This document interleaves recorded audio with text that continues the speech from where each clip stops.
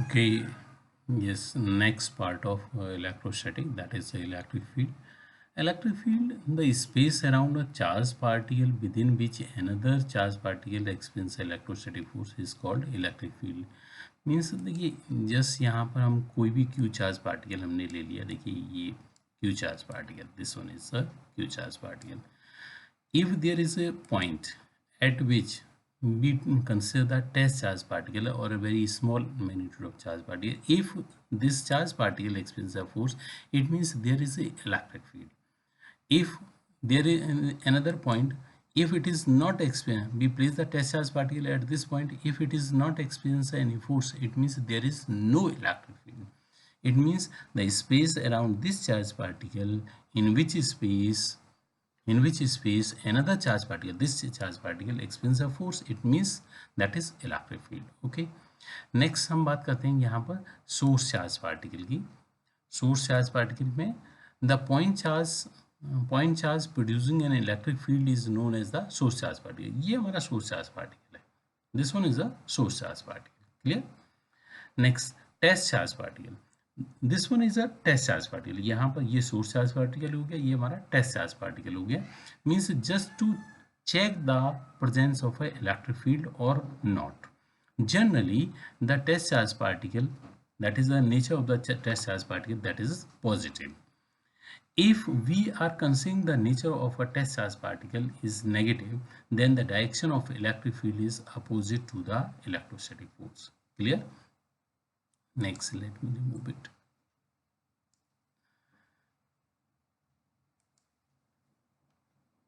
Electric field intensity means it is defined as the electrostatic force experienced by test charge particle. E is equal to F over Q naught. And that is electric field. It is a vector quantity. Fields, electric field, magnetic field, gravitational field, ये सारी vector quantity होती हैं. Electric field is equal to vector force, vector quantity Q naught. If limit Q naught is tends to 0, that is very small, it is a test charge particle F over Q naught. Electric field intensity is a vector quantity. I have written. ऐसा unit हो जाएगा Newton पर coulomb और volt per metre. यहाँ कभी कभी question आ जाता है, name the physical quantity which has a unit volt per metre. So answer that is electric field और electric field intensity. Clear. Next हमारा दूसरा है electric field intensity due to point charge. देखिए यहाँ पर हमने सोर्स चार्ज पार्टिकल क्यू रख दिया. This one is a point charge point P is the point at which the electric field intensity to be determined. जिस point पे हमें electric field find out करनी है, जिस पॉइंट पे हमें इलेक्ट्रिक फील्ड फाइंड आउट करनी है, उसी पॉइंट पर टेस्ट चार्ज पार्टिकल देंगे. अब इन दोनों के बीच में फोर्स निकालेंगे तो F is to 1/4πε0 Q not over R square हो जाएगा. That is R unit vector हो जाएगा. आर यूनिट वेक्टर हो जाएगा. नेक्स्ट इलेक्ट्रिक फील्ड करेंगे, but E equal to F over Q not हो जाएगा और E equal to 1/4πε0 Q upon R. भाई यूनिट वेक्टर को मीन्स मैग्नीट्यूड, यहाँ वेक्टर साइन लगा दिया आर का और यहाँ वेक्टर मैग्नीट्यूड ऑफ वेक्टर ले लिया, तो ये हमारा आ जाएगा दैट इज आर का क्यू हो जाएगा. क्लियर. If X Y Z be the coordinate of the point P, then ये पॉइंट पी के एक्स वाई जेड कोऑर्डिनेट है, तो हम लिख सकते हैं R vector R is equal to X I cap plus Y J cap plus Z K cap लिख सकते हैं. क्लियर. नेक्स्ट आर मैग्नीट्यूड लेंगे तो इनका स्क्वायर करके इस तरीके से लिख सकते हैं. भाई 1/2 आएगा, लेकिन यहाँ पर ये 3 आना चाहिए, इस जगह पर 3 होगा. Means that is equal to 3. यहाँ पर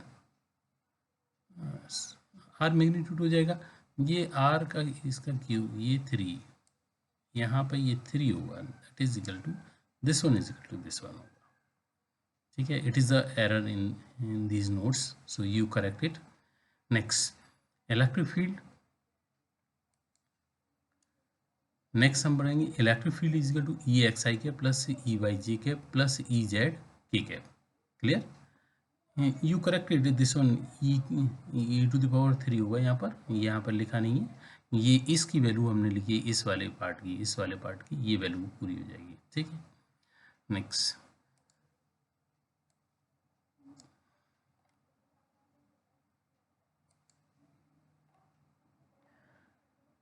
अब हम E equal to 1/4πε0 Q means R, Q की वैल्यू हमने ये रख दी और R वेक्टर R की वैल्यू हमने ये रख दी, ठीक है, इसको हम लिख देंगे। Next component of E, X, EY, EZ तीनों वेक्टर कंपोनेंट लिख देंगे। इनका वेरिएशन ग्राफ ड्रॉ कर दिया हमने। E और R के बीच में इन्वर्सली प्रोपोर्शनल के साथ ये ग्राफ हो जाएगा, लेकिन 1/r² के साथ ये हमारा ग्राफ होगा। ये कभी कभी ग्राफ एग्जाम में आ जाते हैं, इसलिए हमने बता दिया है, ठीक है। When source charge particle is away from the origin, जैसे हमने फोर्स में किया था वैसे ही यहाँ पर भी हम ड्राइव करेंगे। अब सोर्स चार्ज पार्टिकल को हमने Q पॉइंट इस A पॉइंट पर रख दिया और this one is a point P at which electric field intensity to be determined. Their position is defined by the position vector R1 and R. That is R. Okay. So what is the force between them? These two charge particle force between them. Here directly I have written electric field E is equal to 1/4πε0 Q upon AP, magnitude का square in AP vector sign लगा दिया। अब इस AP vector sign unit vector को हम vector में change करेंगे तो AP का क्यूब हो जाएगा। अब ट्रायंगल ऑफ वेक्टर एडिशन से हम निकाल सकते हैं that is OA plus AP is equal to OP। So मैंने यहाँ पर ये निकाला है AP is equal to R minus R1 और उनकी वैल्यू पुट कर दी तो ये हमारा निकल आया, ठीक है। ऐसे ही फिर electric field intensity due to system of charges means principle of superposition, principle of superposition की बात की है यहाँ पर। प्रिंसिपल ऑफ सुपरपोजिशन की हम बात करेंगे। Again number of charges Q1, Q2, Q3 and so on which are placed in a right-handed Cartesian coordinate system, and there is a point P at which the electric field intensity to be determined due to number of charge particles, and their position is defined by the position vector R1, R2, R3 and so on.